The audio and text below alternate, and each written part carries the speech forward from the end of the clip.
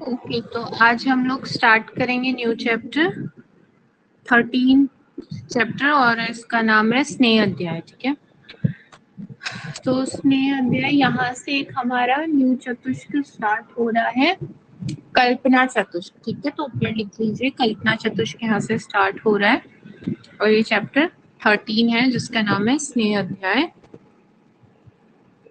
स्नेह अध्याय, ठीक है। ओके, अब स्टार्ट करते हैं। वैया था तो स्नेह अध्यायम व्याख्या श्यामा इति स्माहो भगवानाते, सब नॉर्मल सी बातें, कुछ खास नहीं है। देखो लिखा भी है कि अब यहाँ पे रोग रोगी निर्देश चतुष्क खत्म हुआ है, अब यहाँ से कल्पना चतुष्क का वर्णन प्रारंभ हो रहा है, ऐसा इन्होंने बताया है। श्लोक नंबर 1-2 हो गया, स्टार्टिंग है बस ये। जगत प्रसिद्ध ब्रह्म ज्ञानियों के साथ बैठे हुए भगवान पुनर्वसु आत्रेय ने संसार के हित के लिए अग्निवेश को अपने संदेह को पूछने के लिए कहा। तो अब क्या हुआ कि यहाँ पे अग्निवेश ने भगवान आत्रेय से स्नेह से रिलेटेड जितने भी प्रश्न थे उनके मन में वो सब पूछ लिए। ठीक है, तो यहाँ पे कुछ प्रश्न पूछे हुए हैं, यही प्रश्न एक एक करके हम डिटेल में आगे पढ़ते जाएंगे कि क्या क्या प्रश्न उन्होंने पूछे। बस ये ध्यान रखिएगा कि स्नेह से रिलेटेड 25 प्रश्न आत्रेय से अग्निवेश ने पूछे। ठीक है, भगवान आत्रेय से अग्निवेश ने 25 प्रश्न पूछे हैं स्नेह के संदर्भ में। अब ये जो 25 प्रश्न पूछे हैं ये क्या है, एक एक करके हम पढ़ते जाएंगे। ठीक है, तो सबसे पहला प्रश्न पूछा स्नेह की क्या योनिया है, मतलब कहाँ कहाँ से ओरिजिनेट होता है। तो ये बताया कि द्विविध योनिया है, स्नेहम द्विविधम,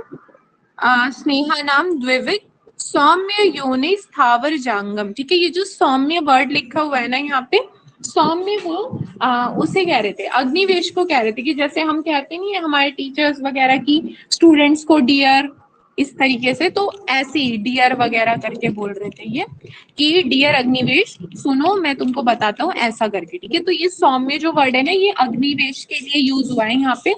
ये पीजी में बन जाता है क्वेश्चन कि यहाँ पे जो सौम्य वर्ड यूज हुआ है इसका क्या मतलब है। तो हमें लगता है सौम्य यानी कुछ शीतलता से रिलेटेड होगा, ऐसा हम सोचते हैं। तो बट ये जो सौम्य वर्ड है यहाँ पे ये अग्निवेश के लिए उन्होंने बोला, ये आपने ध्यान रखना है। तो बोला है स्नेहा नाम द्विविधा सौम्य योनि स्थावर जांगमा। तो उन्होंने कहा स्नेह की 2 योनियां हैं। ठीक है, एक स्थावर और एक जांगम, ऐसा उन्होंने बताया। लिखा है स्नेह की द्विविध योनियां होती हैं, एक होता है स्थावर दूसरा होता है जांगम। ठीक है, प्लांट ओरिजिन होते हैं स्नेह और एक होता है एनिमल ओरिजिन। उसके बाद अब क्या होते हैं, फिर देखो आगे क्या है। स्नेह, ये पहले क्वेश्चन को ही वो डिटेल में बता रहे हैं, हम बता रहे हैं स्थावर जो योनि के। ठीक है, जो औद्भिद है यानी जो प्लांट ओरिजिन के स्नेह है वो क्या क्या होते हैं। तो जैसे तेल है, चिरौंजी है, पिस्ता, बहेड़ा, चित्रा, एरंड वगैरह। ठीक है, और हर्रे, एरंड, सरसों, कुंभ, ये सब हमको पता ही रहता है। ठीक है, निकोचन एक नीम के बीज को कहते हैं, ये कुछ अलग है, इसको हाईलाइट कर लो। बाकी अखरोट, करंज, ये सारे जो भी पेड़ पौधों से हमें तेल मिलते हैं वो ही सब लिखा हुआ है, हम खुद ही लिख लेंगे, इसमें कुछ ऐसा खास नहीं है। ठीक है, 2-3 तो याद रहते ही हैं। जो अलग है यहाँ पे वो निकोचन है, नीम के बीजों को निकोचन कहते हैं, ये आपने ध्यान रखना है, इसको आप हाईलाइट कर लो। उसके बाद आता है जांगम स्नेह क्या क्या है। ठीक है, जांगम यानी एनिमल ओरिजिन के कौन से स्नेह होते हैं। तो जो हमें प्लांट से मिले वो एनिमल ओरिजिन के होंगे। तो क्या है, मछली, मृग, पक्षी, ये सब जांगम योनियां, इनसे मिलने वाला क्या है, दही, दूध, घृत, मांस, वसा, ये सब। ठीक है, ये जो हाईलाइट करी हूँ वो हाईलाइट करना चाहो तो कर लो, बाकी जो मेन हाईलाइट करने वाला होगा ना वो मैं बता ही दूंगी, ये मैं बस समझाने के लिए सभी कुछ हाईलाइट करते हुए चल रही हूँ। उसके बाद अब बताया हुआ है यहाँ पे ये चीज हाईलाइट करनी है 12 नंबर में कि तिल तेल और एरंड तेल में बताए हुए कौन ज्यादा क्या करवाता है। तो अगर शरीर में बलाधान कराना है, ठीक है, तथा स्नेहन के लिए हमें कलर चेंज करेंगे उसको। ठीक है, तो हमें क्या कराना है, शरीर में बलाधान कराना है और स्नेहन कराना है, तब हम यूज करेंगे स्थावर तेलों में कौन सबसे श्रेष्ठ है, तिल तेल हम यूज करेंगे। ठीक है, अब अगर हमको विरेचन करवाना है तो हम एरंड तेल का यूज करेंगे। बलाधान मतलब बल बढ़ाने के लिए और स्नेहन देने के लिए अगर कोई तेल हमें यूज करना हो तो हम तिल तेल यूज करेंगे, और स्पेसिफिकली कोई विरेचन के लिए यूज करना हो तो हम एरंड तेल का यूज करेंगे।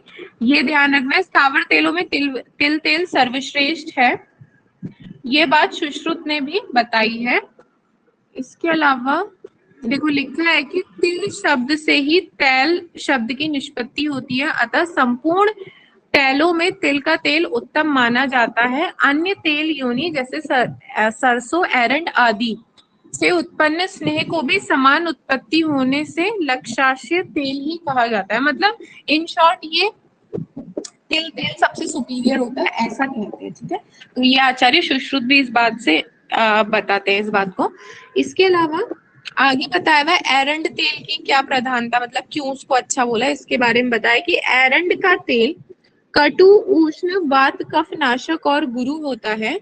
यदि कषाय मधुर और तिक्त युक्त रस पदार्थों से युक्त करके प्रयोग किया जाए तो पित्तनाशक भी होता है। मतलब सामान्यतया तो तेल जो एरंड तेल है वो वात कफ नाशक होता है, ठीक है, लेकिन अगर उसमें हम किसी तरीके का संस्कार करेंगे, कुछ चीजें उसमें और मिक्स करेंगे तो वो पित्तनाशक भी बन जाता है, ऐसा इन्होंने बताया है।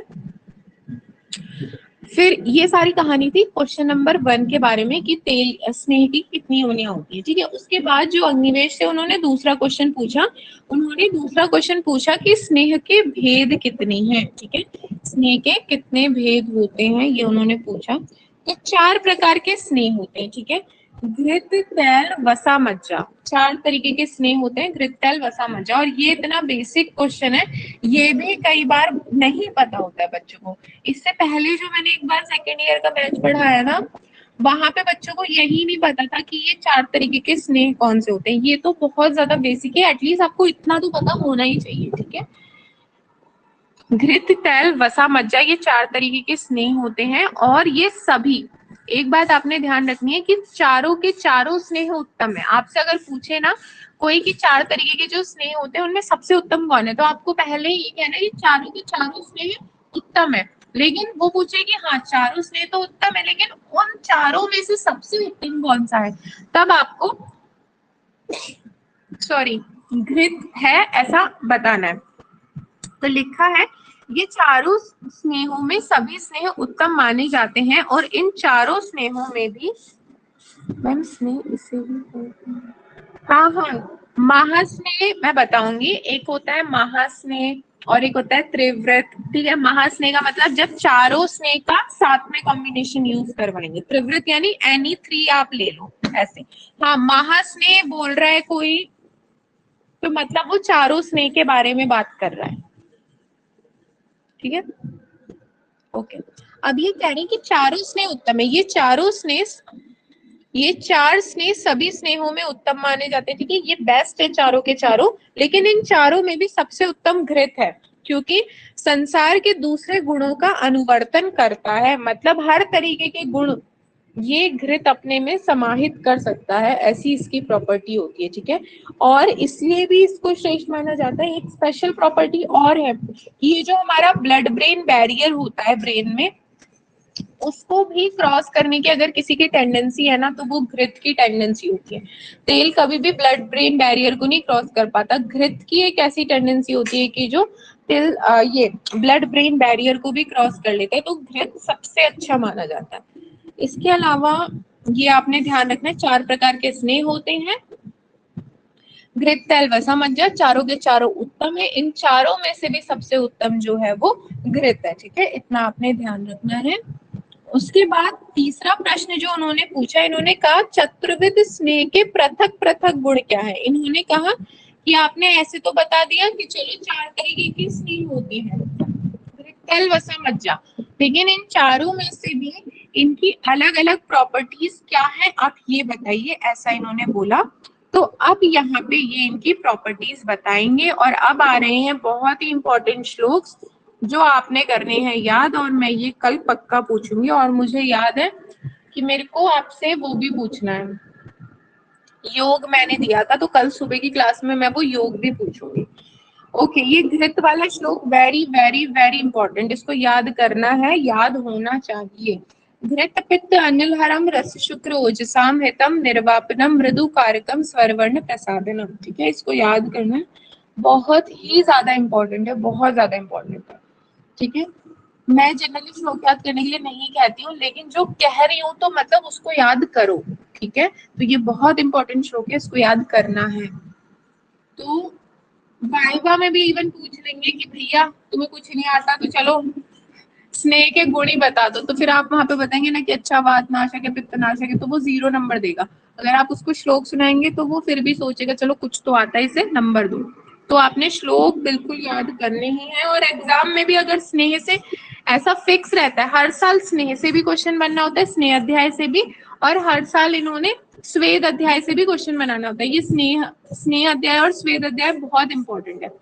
अभी तक जो पीछे पड़ा है ना, मात्र शित्यम तस्य शित्यम नवेगान धारणी है, ये 3 वेरी वेरी इंपॉर्टेंट चैप्टर्स। उसके बाद स्नेह अध्याय, स्वेद अध्याय, ये भी बहुत इंपॉर्टेंट है। इसके बाद वाला जो 4 आएंगे, मतलब इसके बाद भी जो आएंगे, उपकल्पनीय और चिकित्सा प्रावृत्त, वो भी बहुत इंपॉर्टेंट है। ठीक है, तो ये अभी बहुत इंपॉर्टेंट चैप्टर्स चल रहे हैं, इनसे बहुत क्वेश्चन बनते हैं, तो आपने इनको बहुत अच्छे से पढ़ना है। तो घृत की प्रॉपर्टी है घृत पित्त अनिलहरम रस शुक्र ओजसाम हितम निर्वापनम मृदु कारकम स्वर वर्ण प्रसादनम। ठीक है, तो लिखा है घृत की क्या प्रॉपर्टी है, घृत पित्त अनिलहरम। घृत किसको हरता है, पित्त और अनिल, अनिल यानी वायु, तो वात और पित्त का नाशक है, हरने वाला है, मतलब नाश करेगा। रस शुक्र ओजसाम हितम, रस शुक्र और ओज के लिए हितकर है। ठीक है, रस को बढ़ा रहा है, शुक्र को बढ़ा रहा है, ओज को भी बढ़ा रहा है। तो इन शॉर्ट हम ऐसे भी कह सकते हैं कि हर धातु के लिए ये उत्तम है। लेकिन फिर भी अगर कुछ स्पेसिफिकली चूज करना पड़े तो रस शुक्र ओज सामहितम, इन रस शुक्र ओज के लिए ये सबसे बेस्ट है। निर्वापनम मृदु कारकम। ठीक है, निर्वापनम का मतलब है कि जो भी हमारे शरीर में जलन हो रही है,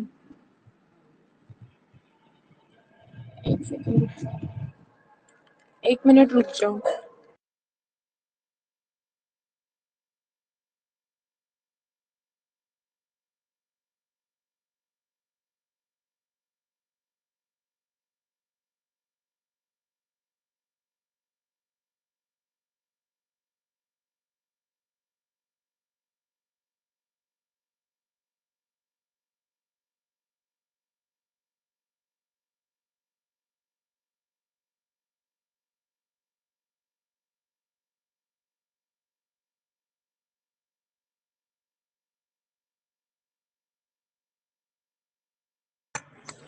हाँ, तो ये निर्वापनम का मतलब है कि शरीर में दाह शांत करेगा। मृदु कारकम का मतलब है शरीर को कोमल बनाएगा। स्वर वर्ण प्रसादनम, स्वर को वर्ण को प्रसादन करेगा, माने कि स्वर और वर्ण को बढ़ाएगा। ठीक है, ये आपने ध्यान रखना है। तो घृत की प्रॉपर्टी वाला श्लोक बहुत इंपॉर्टेंट है, याद रखेंगे। घृत पित्त अनिलहरम रस शुक्र ओजसाम हितम निर्वापनम मृदु कारकम स्वर वर्ण प्रसादनम। ठीक है, ये आपने याद रखना है। ये हो गए घृत के गुण।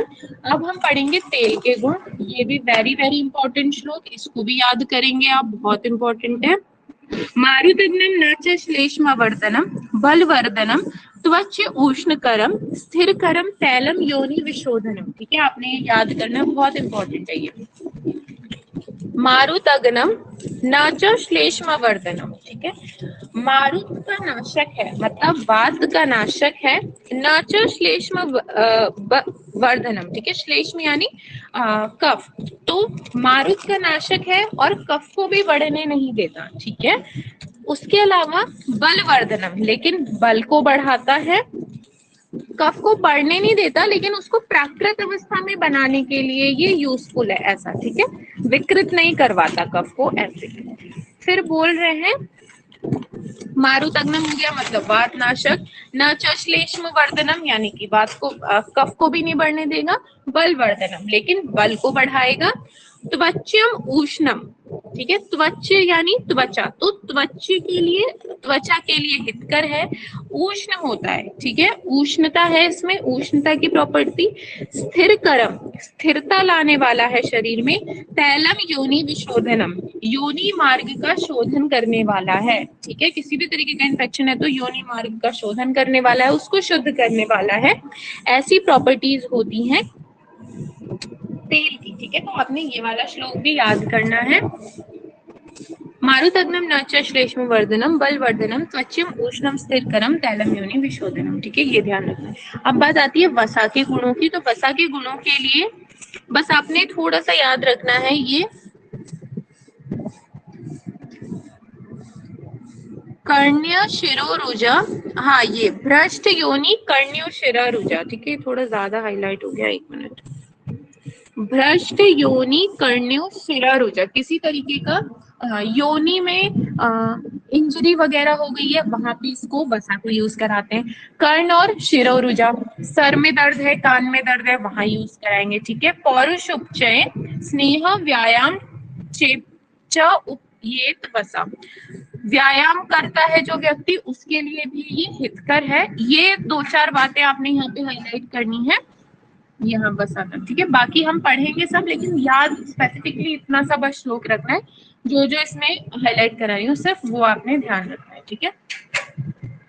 तो विबद्ध होने पर, कांड भंग संधि भंग होने पर, मतलब किसी तरीके का लिगामेंट में इंजरी हो गया है, टेंडन वगैरह, ठीक है, बोन है, संधि जॉइंट्स में किसी तरीके की हो गई है, तो सब जगह ये यूजफुल है। चोट लगने पर, इंजरी में, ठीक है। योनि भ्रंश, किसी तरीके का योनि में इन्फेक्शन हो गया या इंजरी हो गई है। कर्णशूल कान दर्द, शिरोशूल सर में दर्द, ये सब पे वसा लाभ देती है। पुरुषार्थ की वृद्धि करती है। अब ये पुरुषार्थ क्या होते हैं हमने पढ़े थे, याद है आपको?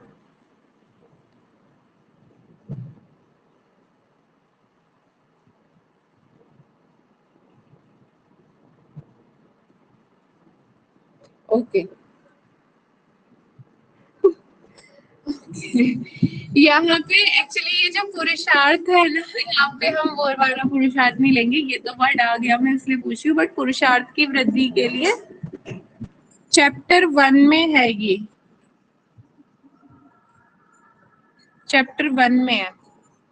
पुरुषार्थ की वृद्धि का मतलब हम लोग यहाँ पे शुक्र की वृद्धि से लेंगे, ठीक है, तो उसकी भी वृद्धि कराता है। शरीर को स्निग्ध करने के लिए है। जो लोग अधिक व्यायाम करते हैं, ये बात इंपॉर्टेंट है कि जो ज्यादा एक्सरसाइज, ओके ओके कोई बात नहीं, जो लोग ज्यादा व्यायाम करते हैं उनके लिए भी ये हितकर है, ठीक है, तो ये आपने ध्यान रखना है। इंपॉर्टेंट जो यहाँ पे है वो ये है, भ्रष्ट योनि कर्ण शिरोरुजा और वो व्यायाम वाला पॉइंट, ठीक है, इतना बस आपने ध्यान रखना है यहाँ पे स्पेसिफिकली। ये रहते हैं वसा के गुण, ठीक है। अब बात आती है मज्जा के गुणों की। मज्जा के गुणों के सेवन करने से क्या होता है? शरीर में बल आता है, वीर्य, रस, कफ, मेद, ये सब, कफ, मेदा और मज्जा की वृद्धि होती है। मज्जा का प्रयोग अस्थियों को बल देने के लिए होता है, शरीर का स्नेहन करने के लिए होता है, ठीक है, ये ध्यान रखेंगे। विशेषतयो अस्थि नाम च बलकृत, विशेषतया अस्थियों को बल देने के लिए अगर कुछ यूज करना हो तो मज्जा यूज कराएंगे, ऐसा। ये रहते हैं इसके 3 क्वेश्चन। सबसे पहला पूछा क्या उनकी योनियां हैं, फिर पूछा कितने प्रकार के स्नेह होते हैं, उसके बाद बोला ये जो स्नेह है इनके आप मुझे गुण बताइए। अब चौथा और पांचवा क्वेश्चन हम देखेंगे कि क्या पूछा उन्होंने, ठीक है। यहाँ तक आपको समझ में आ गया? किसी तरीके का कोई डाउट है?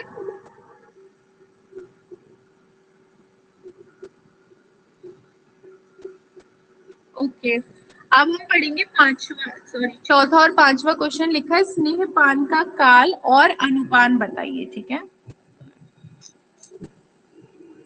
स्नेहपान का काल और अनुपान क्या है, किसके लिए कैसा हमें यूज करना चाहिए? तो सबसे पहले काल तो मतलब कब खाना है, ठीक है, और अनुपान का मतलब, अनुपान कोई भी ऐसी चीज होती है जो कि हम औषध के साथ खाएं या औषध के बाद खा सकते हैं, जिससे ओवरऑल जो उसके गुण है उसमें वृद्धि होगी, उसका डाइजेशन, उसका एब्जॉर्प्शन अच्छा होगा, ठीक है, और वो किसी भी तरीके से सबसे इंपॉर्टेंट है अनुपान कुछ ऐसा होना चाहिए जो औषध के गुणों को बढ़वाए जाने के बाद, ऐसा नहीं है ये नुकसान पहुंचा रहा है, औषध के गुणों का नाश कर रहा है, ऐसा कभी भी अनुपान नहीं होना चाहिए। ठीक है, अब बोला है इसको कैसे करना है, तो घृत जो है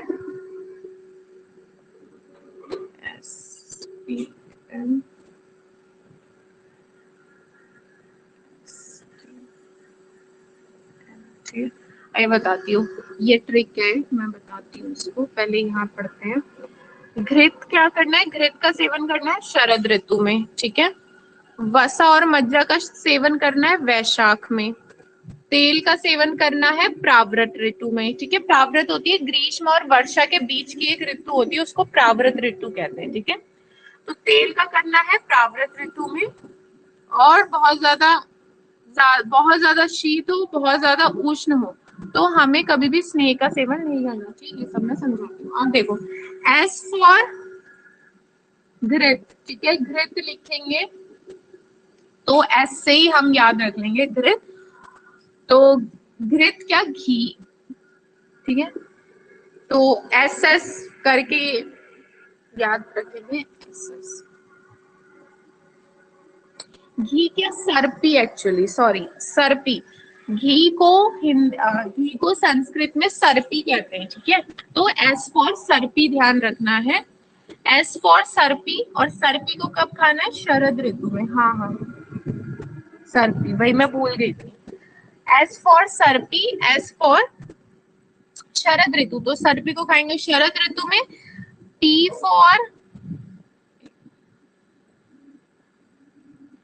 फॉर प्रावृत, ठीक है, टी फॉर प्रावृत ऋतु, या चलो पी फॉर प्रावृत ऋतु, और प्रावृत ऋतु में हम खाएंगे तेल, ठीक है। प्रावृत ऋतु में क्या खाएंगे, तेल। उसके बाद आता है मज्जा और वसा, तो मज्जा, और ये जो है ना, वैशाख को ही माधव भी कहते हैं, श्लोक में देखोगे ना वैशाख को ही माधव कह रहे हैं, तो एम फॉर माधव ऋतु लेना है आपने, ठीक है। तो एम फॉर मज्जा, और एम स्लैश वी कर लो, मज्जा और वसा को सेम ही लेना है, तो एम स्लैश वी कर लो। तो एम फॉर मज्जा, एम, और एम के साथ वसा भी है, वसा और मज्जा को हमें लेना है माधव ऋतु में, ठीक है। तो एस टी एम ऐसे करके आपने इन्हें ध्यान रखना है। समझ में आ गया ये ट्रिक आपको?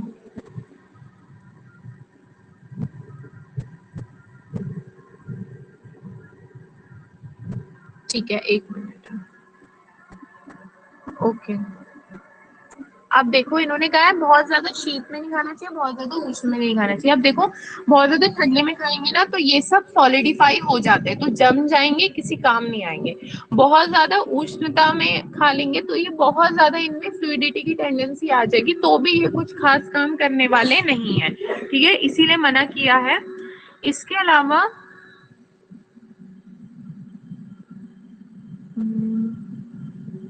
एक मिनट, हाँ बस यहाँ पे इतना ही है काम का, आगे बढ़ेंगे। श्लोक नंबर चौथा पांचवा, ठीक है। अब यहाँ पे बताएगा स्नेह पान का काल क्या, दिन और रात्रि के अनुसार खाना चाहिए। अब ये ध्यान रखना है कि अगर गर्मी के दिन है, ठीक है, गर्मी के दिन में वात और पित्त की अधिकता है, तो ऐसी सिचुएशन में रात में खाना चाहिए। तो आप लिखेंगे गर्मी प्लस वात एंड पित्त हाई, ठीक है, ऐसे करके लिख लो, गर्मी प्लस वात पित्त हाई। तो हम कब खाएंगे, फिर नाइट में खाएंगे इसको, ठीक है, नाइट में, क्योंकि ज्यादा गर्मी में भी नहीं खाना है, ज्यादा ठंड में भी नहीं खाना है। तो गर्मी का सीजन चल रहा है, वात भी बढ़ा हुआ है, पित्त भी बढ़ा हुआ है, तो इस सिचुएशन में हम जो स्नेहपान करेंगे रात्रि में करेंगे, ऊपर नोट कर लेना, ठीक है। उसके अलावा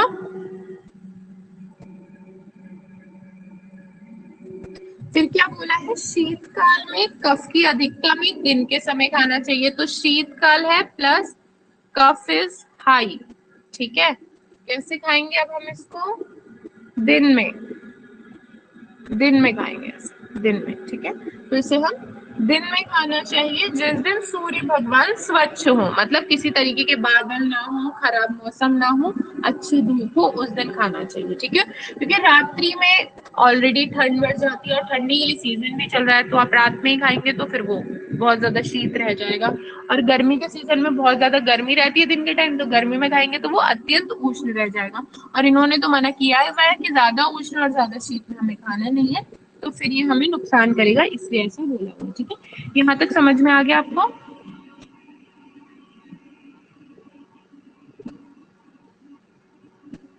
ठीक है, अब हम बढ़ेंगे आगे। नेक्स्ट बताइए, विपरीत काल में स्नेहपान से हानि। ठीक है, जैसे इन्होंने बताया गर्मी का सीजन है, वात बढ़ा हुआ है, पित्त बढ़ा हुआ है, आपने खाना है रात में। और ठंडी का सीजन है, कफ बढ़ा हुआ है, आपने खाना है दिन में। ऐसे इन्होंने विधि बता दी। लेकिन अगर कोई मनुष्य इस चीज को फॉलो ना करे, दिन में जब खाने के लिए बोला है तब वो रात में खा रहा है, रात में खाने के लिए बोला है तब दिन में खा रहा है, तो क्या करे, विपरीत चीजें कर रहा है, जो बताया गया उसको फॉलो नहीं कर रहा है, तो क्या फिर नुकसान होगा? देखो, उष्ण वात प्रधान या पित्त प्रधान सिचुएशन में, ठीक है, जब उसको बोला गया था वात या पित्त प्रधान था और गर्मी थी, तब उसको बोला था रात में खाने के लिए, लेकिन उसने क्या किया, दिन में स्नेहपान कर दिया, तो उसे बहुत सारी चीजें होंगी, मूर्छा, प्यास, उन्माद, ये सब होगा ही, ये हम समझेंगे। गर्मी में ये सब होता है। मेन आपने ध्यान रखना है, उसको कामला होगा। तो वात प्लस पित्त बढ़ा हुआ है और उसने दिन में स्नेहपान कर लिया, तो उसको कामला हो जाएगा। ये जो जो पॉइंट हाईलाइट किए मैंने वो हाईलाइट कर लो। इसी के साथ अगर उसने शीत काल में, ठीक है, रात्रि में बताया गया था, हाँ सॉरी, शीत जब ठंडा था बहुत और कब बड़ा होता, तो हम कह रहे थे जब दिन में हल्की धूप हो, बढ़िया धूप हो, तब खाना चाहिए। लेकिन उसने क्या बोला, ठंडी का सीजन है, मैं तो रात में ही खाऊंगा, तो उसने शीत काल में रात्रि में खा लिया उसको, तो क्या हो जाएगा, उसको बहुत सारी चीजें होंगी, एनोरेक्सिया हो जाएगा, रुचि होगी, शूल होगा। बट जो मेन ध्यान रखना है वो पांडु ध्यान रखना है। ठीक है, ऐसे आपको ध्यान रखना है। पांडु यानी कि अनीमिया पेशेंट, सफेद सा हो जाता है, पेल सा, तो रात्रि में क्या निकल के आता है, चंद्रमा निकल के आता है। चंद्रमा भी पेल येलो सा होता है, तो फिर उससे हम रिलेट करेंगे कि पांडु रात में खाएगा तो हो जाएगा। और कामला में क्या है, जॉन्डिस है, येलो हो जाता है, जो सूर्य होता है वो येलो होता है, तो वो दिन में खाएगा गलत टाइम पे, तो उसको ये हो जाएगा जॉन्डिस। ठीक है, ऐसे इसको याद रखने की ट्रिक है। नेक्स्ट आता है, ये रहे उसके 4 क्वेश्चन। 5वां क्वेश्चन है, अनुपान क्या लेना है हमने। ठीक है, तो बोला है घृत के लिए लेना है गरम जल, तेल के लिए लेना है यूश, यूश यानी कि दाल का सूप, ठीक है, दाल का पानी इज यूश। तो अगर उसको घृत खाना है तो वो गरम जल का प्रयोग करे। तेल खाना है तो वो यूश के साथ खाए। वसा और मज्जा अगर उसको लेना है तो वो मंड ले। ठीक है, मंड एक तरीके का फॉर्मुलेशन, चावल वगैरह डाल के बनाते हैं, ये हम पढ़ेंगे भैषज में, चिंता मत करो। तो ये मंड के साथ ले। ठीक है, और जैसे मंड, यूश और गरम जल वगैरह कुछ अवेलेबल नहीं है, चलो गरम जल तो सबके पास ही होता है, सपोज करो यूश और ये मंड नहीं है उस पेशेंट के पास, तो अभाव होने पर सभी जो स्नेह है उसके साथ वो गरम जल का ही सेवन कर ले, ऐसा यहाँ पे बताया हुआ है। ठीक है, उसके बाद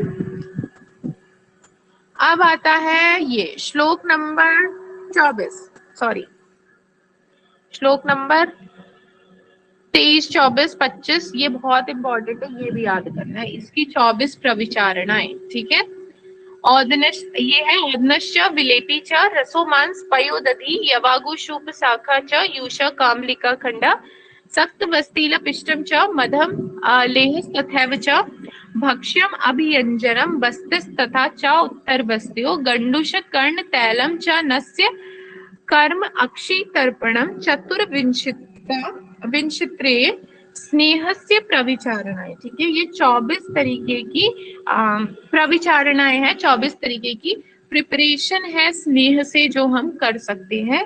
ये बड़ा सा श्लोक जो भी है ये भी आपको याद करना है, ये भी इम्पोर्टेंट है। ठीक है, तो स्नेह की प्रविचारणाएं वाला श्लोक आपने याद करना है, ये इम्पोर्टेंट है। इसको एक बारी में नहीं होगा, लेकिन आप एक बारी में आधा याद कर लो, औदनश्च विलेपीच रसोमांस पयोदधि। ठीक है, ऐसे। उसके बाद इसको जब याद हो जाए तो फिर थोड़ी देर के बाद यवागु शूप शाखा च यूषा कामलिका खंडा, ऐसे करके याद कर लो, लेकिन इसको याद करना है, ये भी इंपॉर्टेंट है। ठीक है, अब क्या क्या होती है, औदन होता है, आपको ना हिंदी, 1 मिनट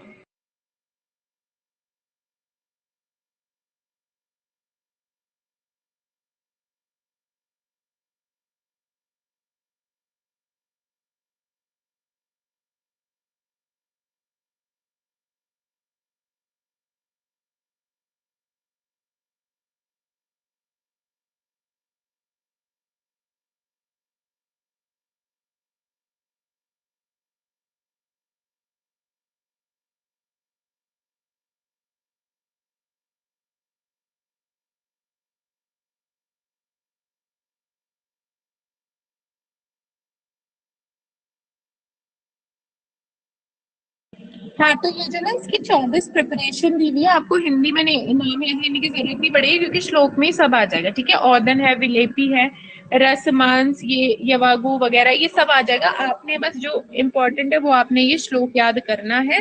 बड़ा सा श्लोक 24 प्रविचारणा है, 24 प्रिपरेशन स्नेह की, ये इम्पोर्टेंट है, आपने याद करनी है ये। ठीक है, इसको हाईलाइट कर लो। उसके बाद आप यहाँ पे पढ़ भी सकते हैं इन सब के बारे में क्या लिखा हुआ है थोड़ा थोड़ा, कि रस का मतलब होता है मांस, रस, पया वगैरह। एक बार इसको रीड भी कर लेना। अगर नहीं भी करोगे तो कोई दिक्कत नहीं है, हमने भेषज में इसको वैसे भी पढ़ना ही है सब कुछ। कर लोगे तो अच्छा ही है, ठीक है, नुकसान कुछ नहीं होगा। तो एक बार इसको रीड कर लेना। इसके बाद अब हम आते हैं नेक्स्ट, अच्छ स्नेह की प्रविचारणाओं में गिनती गणना में निषेध। मतलब कि वो जो प्रविचारणा है ना, वो फॉर्मुलेशंस है एक तरीके से, स्नेह की अलग अलग फॉर्मुलेशंस है। ठीक है, उसमें सिर्फ स्नेह का प्रयोग उसको नहीं इन्वॉल्व किया गया, अच्छ स्नेह को नहीं माना गया।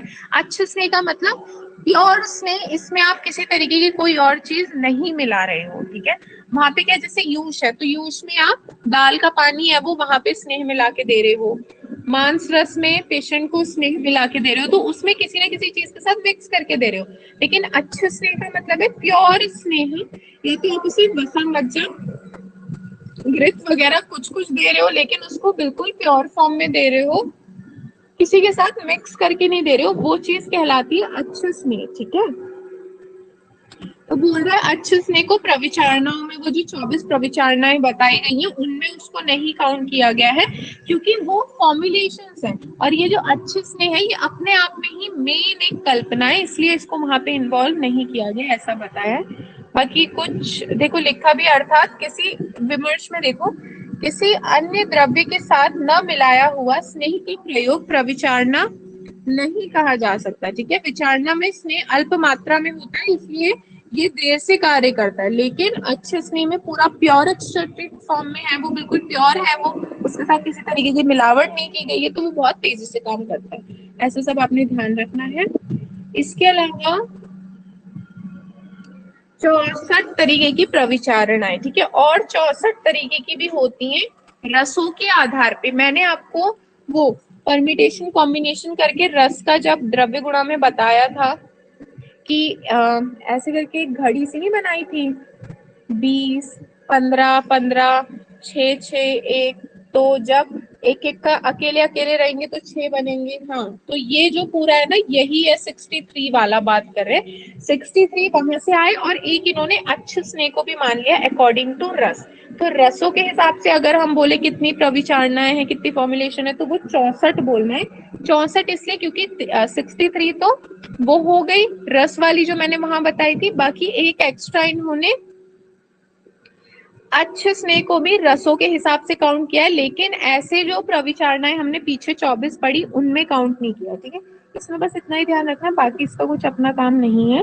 अब नेक्स्ट क्वेश्चन जो आया है वो आया है 7 और 8वें नंबर का, कि मात्रा की स्नेह की मात्रा मान प्रमाण। ठीक है, क्या मात्राएं होती है, कैसी कैसी, तो लिखा है प्रधान, मध्यम और हाश्र मात्रा। 3 तरीके से 3 मात्राएं होती हैं स्नेह की, प्रधान, उत्तम और हाश्र मात्रा। जो स्नेह की मात्रा दिन रात में पच जाए वो प्रधान मात्रा, जो 24 घंटे में पचेगी वो प्रधान मात्रा, जो मात्रा रात भर में पच जाए वो मध्यम मात्रा, जो 12 घंटे में पच जाए वो मध्यम मात्रा, जो आधे दिन में पच जाए यानी 6 घंटे में जो स्नेह की मात्रा पच जाए पेशेंट को, वो होती है हाश्र मात्रा। ठीक है, छोटी मात्रा कही जाती है। इस प्रकार स्नेह के पाचन के अनुसार प्रधान, मध्यम और हाश्र मात्रा बताई गई है। ठीक है, अपने ये ध्यान रखना है। 3 तरीके की मात्राएं होती हैं, प्रधान, प्रधान को हम उत्तम कहते हैं, फिर मध्यम और हाश्र। ठीक है, जो 24 घंटे में पचे वो प्रधान मात्रा, जो 12 घंटे में पचे वो मध्यम मात्रा, और जो 6 घंटे में पचेगी वो हाश्र मात्रा होती है, ऐसा ध्यान रखना है।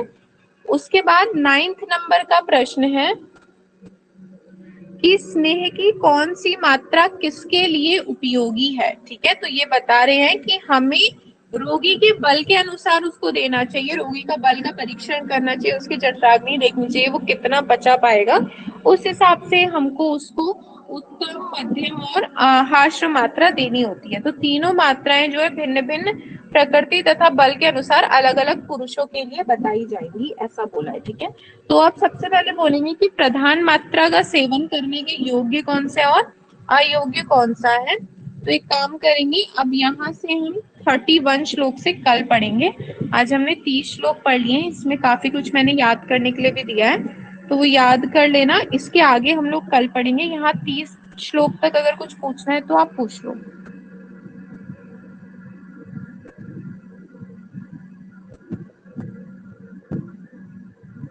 कुछ पूछना है? ओके ठीक है, चलो इतना ही पढ़ेंगे आज।